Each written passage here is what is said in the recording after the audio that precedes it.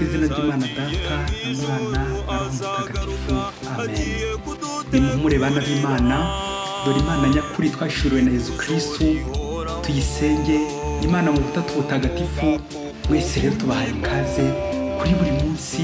Umurongo wacu kuri YouTube witwa buri munsi. Duhahurire n'Imana, tuyimenyesha abandi buri munsi. Kuri iki cyumweru cy'ubutatu butagatifu la Sainte Trinité, tariki 30 Gicurasi 2021. Isomo rya mbere ryo mu gitabo cy'Ivugururamategeko, umutwe wa 4 umurongo 32 kugeza ku 34 n'umurongo wa 39 kugeza ku 40. Musa yabwiye abayisiraheli ati, ngaho bazi ibihe byakubanjirije uhereye ku munsi Imana yaremeyeho abantu ku isi, ubaririze kandi uhereye ku mpera y'isi ukagera ku yindi. Hari ikintu gikomeye nk'iki kigeze kubaho? Hari uwigeze yumva ibintu nk'ibi? Hari undi muryango w'abantu wigeze wumva nkawe ijwi ry'Imana rivugira mu muriro rwagati maze bagakomeza kubaho?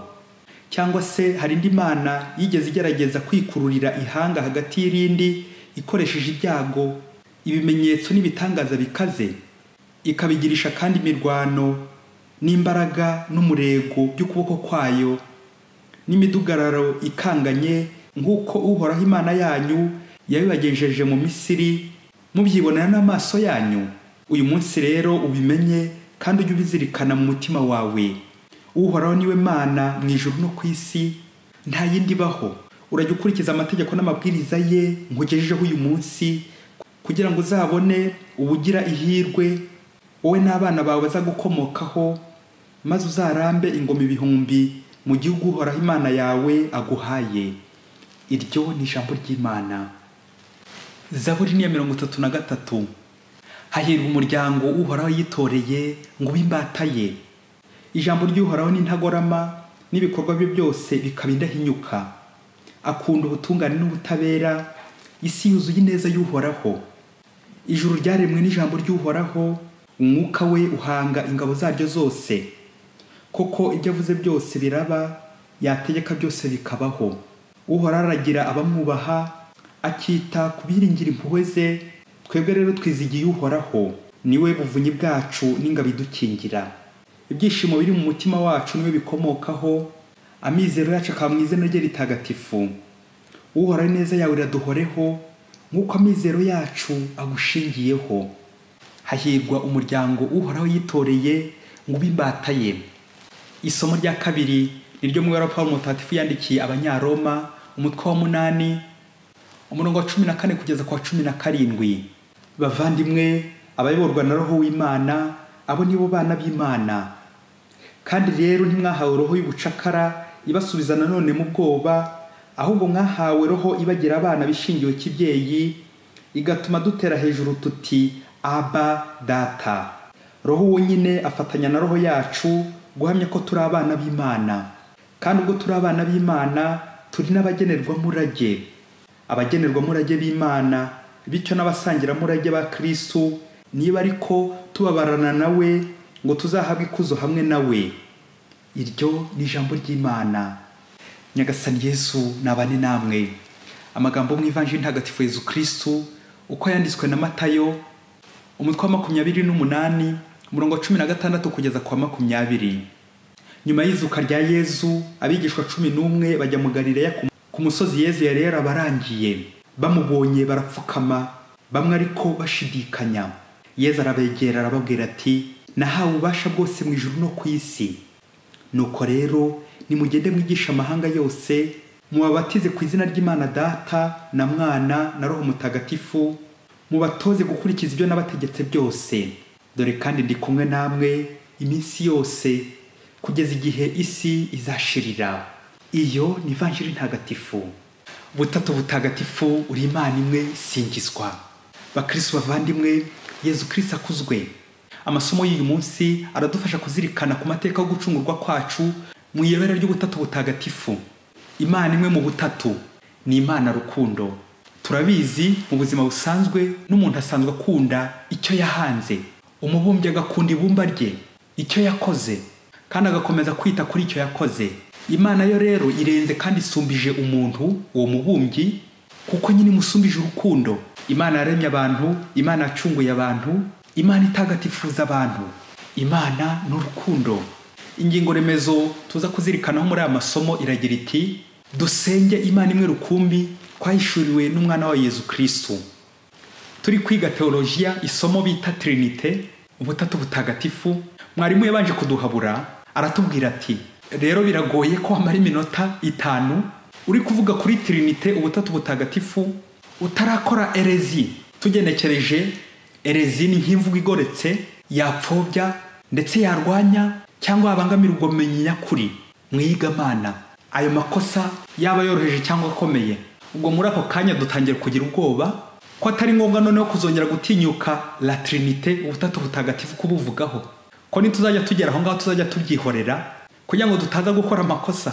Nuko mwarimu muri ako kanya yongera gutugarura, araduhumuriza, aratubwira ati nimuhumure, nubwo Imana tuyivuga ntawe uravuga ngo yarayimenye burundu, yaramaramaje mu kuyimenya, bityo ngo hagarikira ngo kuyimenya byararangiye, ahubwo n'amakosa yose twakora turi kuyivugaho kubera ubwenge bwacu nyine bucagase bufite de limite ntibuhagije.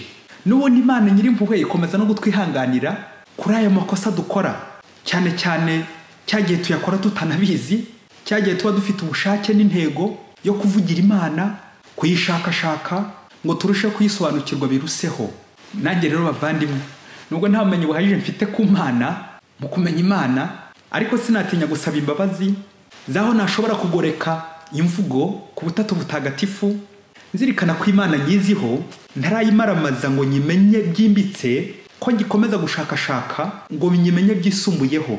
Ngiye inyota ndi ku mutima, ngiye inyota namwe nabasaba guhorana yo gushakashaka Imana buri munsi, tugashaka Yezu waduhishuriye Imana nyakuri. Tugereho kuzirikana ku ngingo 3 zidufasha kuza kumenya ku butatu butagatifu. Ingingo ya mbere, igisobanuro cy'ibara ry'ubutatu butagatifu. Ingingo ya kabiri, imirimo y'ubutatu butagatifu. Ingingo ya gatatu, turaza kurebera hamwe ingero z'umubano wacu n'ubutatu butagatifu mu buzima bwacu bwa buri munsi. Ingingo ya mbere, igisobanuro cy'ibara ry'ubutatu butagatifu. Le mystère, ce n'est pas quelque chose qu'on ne peut pas comprendre. Iyo bara si ikintu gitumvikana cyangwa kidasobanutse, ahubwo nicyo ubwenge bwacu bwa muntu bushobora gucyumvaho, gukimenyaho, ariko budashobora gusobanukirwa uko cyakabaye cyose ngo bugikonoze, bukimaramaze. Mbese ni nk'inyanja umuntu yajya kuvomaho amazi, avoma ayakeneye cyangwa ashoboye gutwara bitewe n'icyo avomesha n'imbaraga afite birumvikana, ariko ntiyayamaramo yose, ntashobora gukamya iyo nyanja yose. Ibaze nawe utwaye ijerekani kuvomesha, ntabwo iyo nyanja yose yakuzura muri ya jerekani wagiye kuvomesha. Rero abantu bamwe bakunze kujya impaka z'amahugu bati la Sainte Trinité, iyo bera ry'ubutatu butagatifu, ngo ni uburyo Kiliziya Gatolika igumye ihugirizamo abantu, ngo kuko iryo jambo risaba no muri Bibiliya. Rero bavandimwe, mbere ya byose ni ukuzirikana ahantu hatatu Kiliziya Gatolika ivoma ibitunga ukwemera: la Bible, la tradition et le magistère. Ibyanditswe bitagatifu, ijambo ry'Imana rya buri munsi, uruhererekane kuva ku ntumwa kuri Papa wa mbere Petero, Yesu yashinze Kiliziya ku ikubitiro, kugeza kuri Papa Francisco uriho ubu, n'inyigisho z'abahanga ba Kiliziya. Rero ubutatu butagatifu, la Sainte Trinité, ni ijambo nubwo ritaba muri Bibiliya ryitwa uku, ariko abapersona batatu barimo kandi bafite amazina yabo, bityo bakagaragazwa n'ibikorwa. La Sainte Trinité ne se révèle pas par des formules, mais par des faits, des actes, ibikorwa. Bafite rero amazina yabo: Imana Data, Imana Mwana, n'Imana Roho Mutagatifu. Nuko rero bagahurira ku gikorwa kimwe cyo gucungura abantu, sauver les hommes. None rero muvandimwe, uracyaburana ku butatu butagatifu butari muri Bibiliya? Bibiliya ni yande? Ni Imana, ni ubutatu butagatifu. La Sainte Trinité, ubutatu butagatifu, ni ijambo ryatangiye kugaragara mu kinyejana cya 2 kwa Tertullian, umuhanga n'umwanditsi wa Kiliziya Gatolika w'umuromani. Ubutatu butagatifu rero akaba ari amagambo abiri y'ikilatini tri, tres, bivuga 3, gatatu, na unitas, bikavuga unité cyangwa ubumwe. Ubutatu butagatifu Trinité ni Imana imwe mu persona batatu: Data, Mwana na Roho Mutagatifu. Ntabwo rero ari Imana eshatu, ahubwo ni imwe mu butatu. Barangana, basangiye kamere y'ubumana, nubwo batandukanywa n'amazina n'imirimo buri mu persona akora, ariko ni bamwe, basangiye kubaho iteka, co-eternel, bahujwe n'urukundo. Umuntu umwe yigeze abaza Mutagatifu Agustin ati, ko ntacyo niyumvira cyangwa nibonera ku butatu butagatifu, bimeze bite?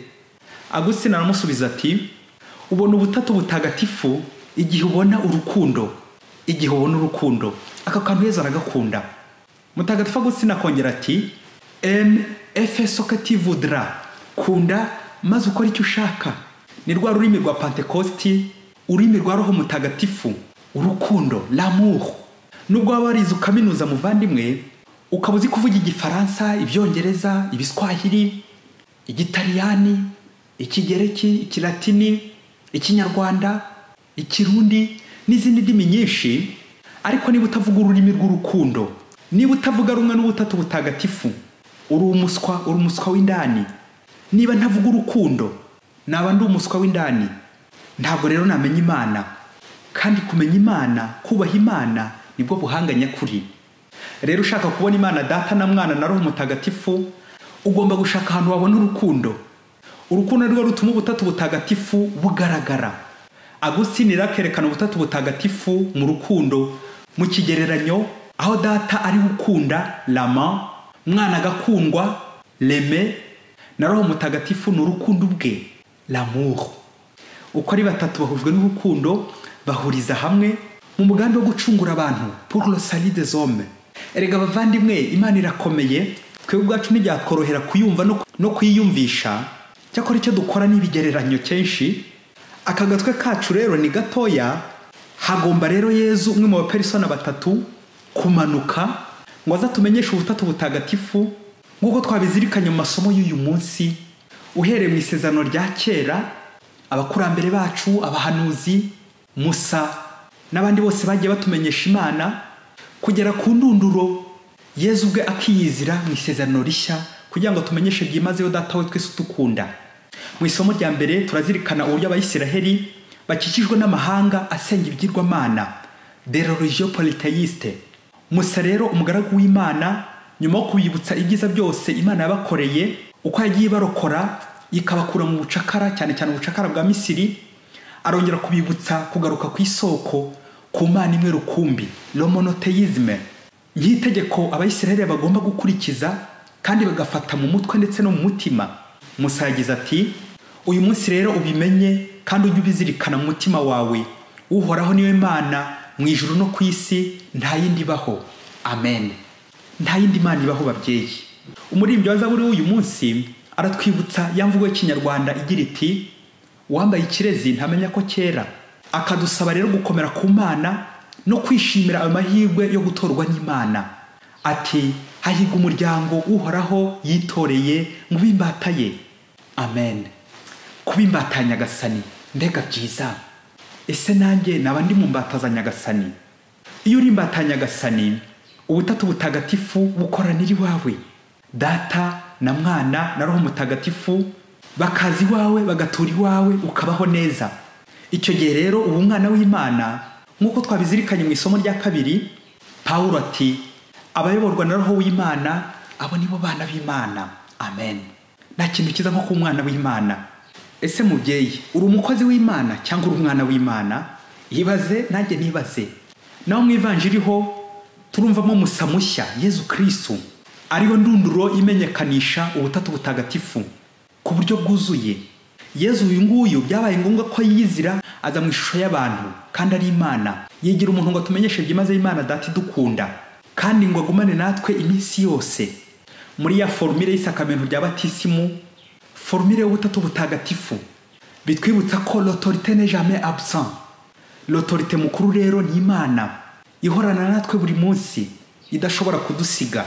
Yezu yagize ati, rero nimugende mwigisha amahanga yose, mubatize ku izina ry'Imana Data na Mwana na Roho Mutagatifu, mubatoze gukurikiza ibyo nabategetse byose. Dore kandi ndi kumwe namwe iminsi yose kugeza igihe isi izashirira. Amen. Urakoze Yezu kugumana natwe buri munsi, nk'uko ubutatu butagatifu bugumana natwe buri munsi. Ingingo ya kabiri, imirimo y'ubutatu butagatifu. Hari abantu bamwe bashobora kwibwira ko Yezu akimara gupfa ngo Imana yabuze ku isi, l'absence de Dieu sur la terre. Abandi bagatekereza ko Yezu amaze kuzuka, amaze no gusubira mu ijuru, ngo ubwo haciyemo iminsi, ngo hanyuma Roho Mutagatifu aza kuza hanyuma. mbese nk'aho hari amavide y'Imana ku isi. Oya, niyo mvugo y'igifaransa twagarutseho igira iti l'autorité n'est jamais absent. Imana nta n'imwe igisiba mu buzima bwacu. Iramutse isibye twasibama, iramutse ikererewe baducyucyura. Imana ibuze mu buzima bwacu c'est la mort, twapfa. Ni koko umuntu wese wabuze Imana mu buzima bwe arapfa. Imana yacu yo kwashurana Yesu Kristo ihora natwe buri munsi, nuko tutabimenya. Rero bavandimwe twebwe abantu, bitewe nuko dukunze kugarukira gusa kubigaragarira amaso, le matériel, le toucher, akenshi arubwo tutabona Imana uko bikwiye, kuko nyine Imana yo ari spirituelle, ni roho. Bamwe rero kabakeka ko hari igihe Imana ibura, isiba. Oya, ahubwo nitwe tubura, nitwe dushobora gusiba, nitwe dushobora gukerererwa. Naho Imana yo ihoraho. Ntabwo Imana ipfa, ntabwo Imana isiba, ntabwo Imana ikerererwa. Imana ihorana natwe buri gihe cyose kugira ngo idukize. Ubutatu butagatifu rero ni Imana imwe mu batatu, ihura mu gikorwa cyo gucungura umuntu mu mirimo itatu ikubiye mu nshinge eshatu, bahuriza hamwe muri bwamwe bafitanye bose, barafatikanya: kurema, gucungura no gutagatifuza. Créer, sauver et sanctifier. La création, Imana Data niwe soko y'ibyiza byose bibaho, ni umuremyi w'abantu. Naho salut, Imana Mwana Yesu Kristo, umuhuza w'Imana Data n'abantu, umucunguzi w'abantu. Naho sanctification, Imana Roho Mutagatifu, ni ububasha bw'Imana Data, ni urukundo ruhuza Data na Mwana, ni utagatifuza abantu. Amen.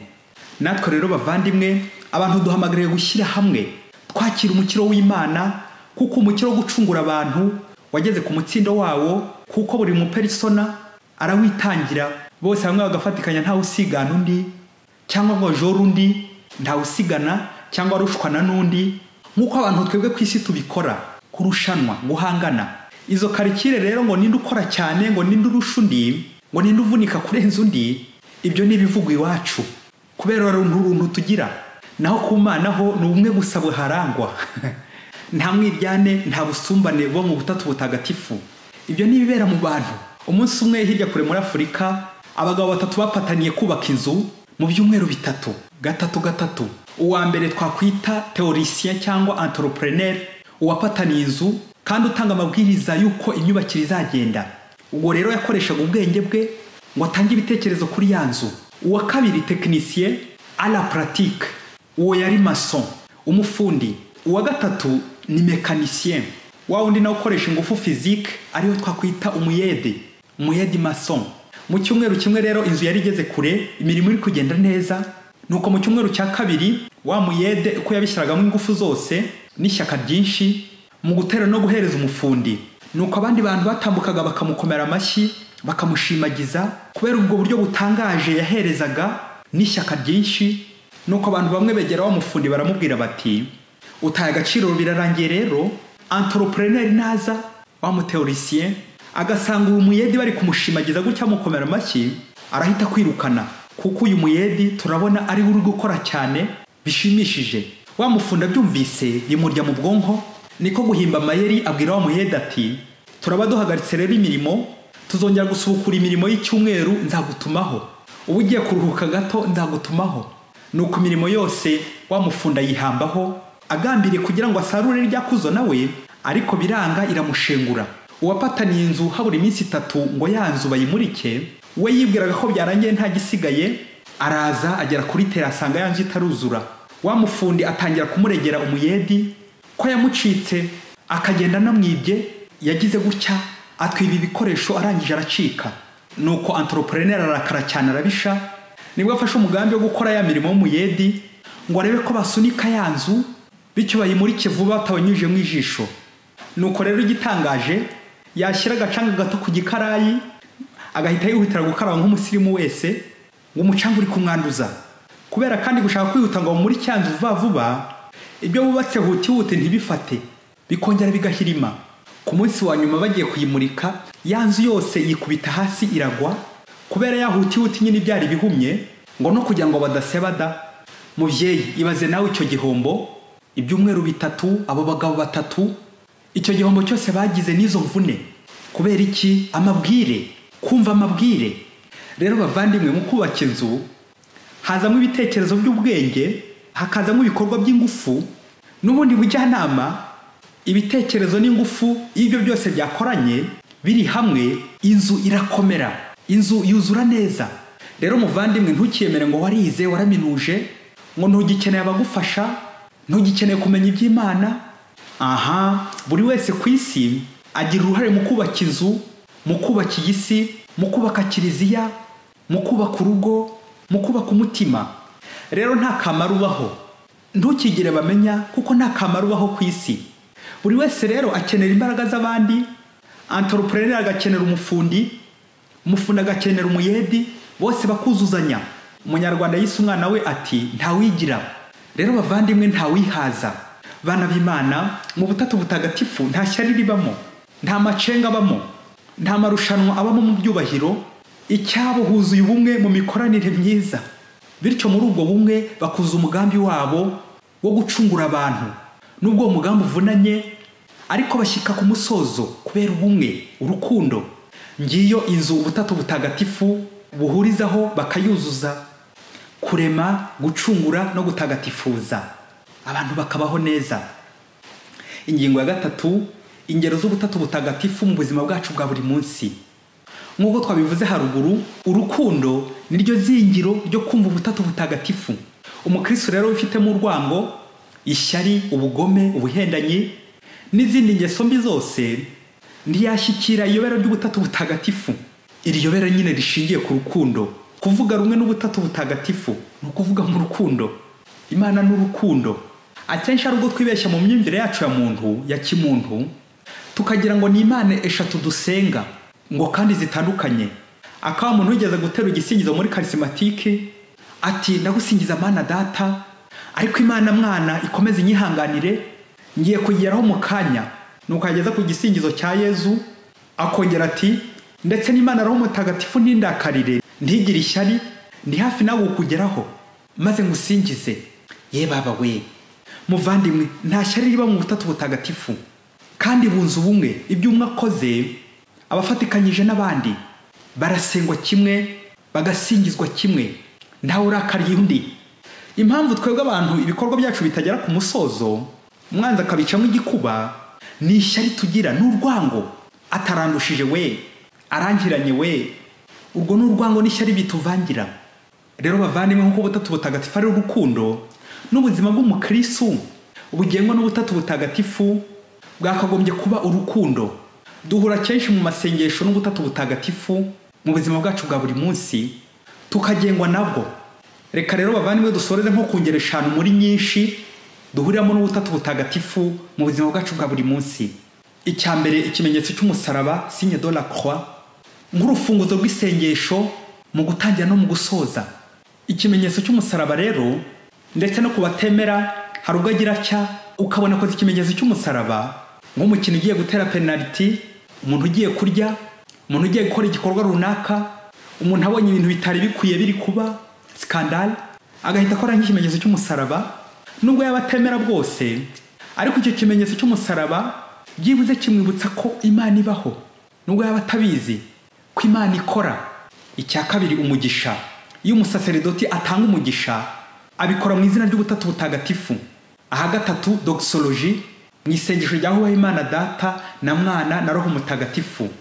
Aha kane ni mu kubatizwa, dans le baptême, dukoresha formule y'ubutatu butagatifu ngo twanabizirikanye mu ivanjiri y'uyu munsi. Aha gatanu ni muri misa. Mu gitambo cya misa huzuyemo formule nyinshi z'ubutatu butagatifu. Imana nisingizwe mu butatu butagatifu. Hubaha Imana Data na Mwana na Roho Mutagatifu, nk'uko bisanzwe iteka, bubahwe ubu n'iteka ryose. Amen.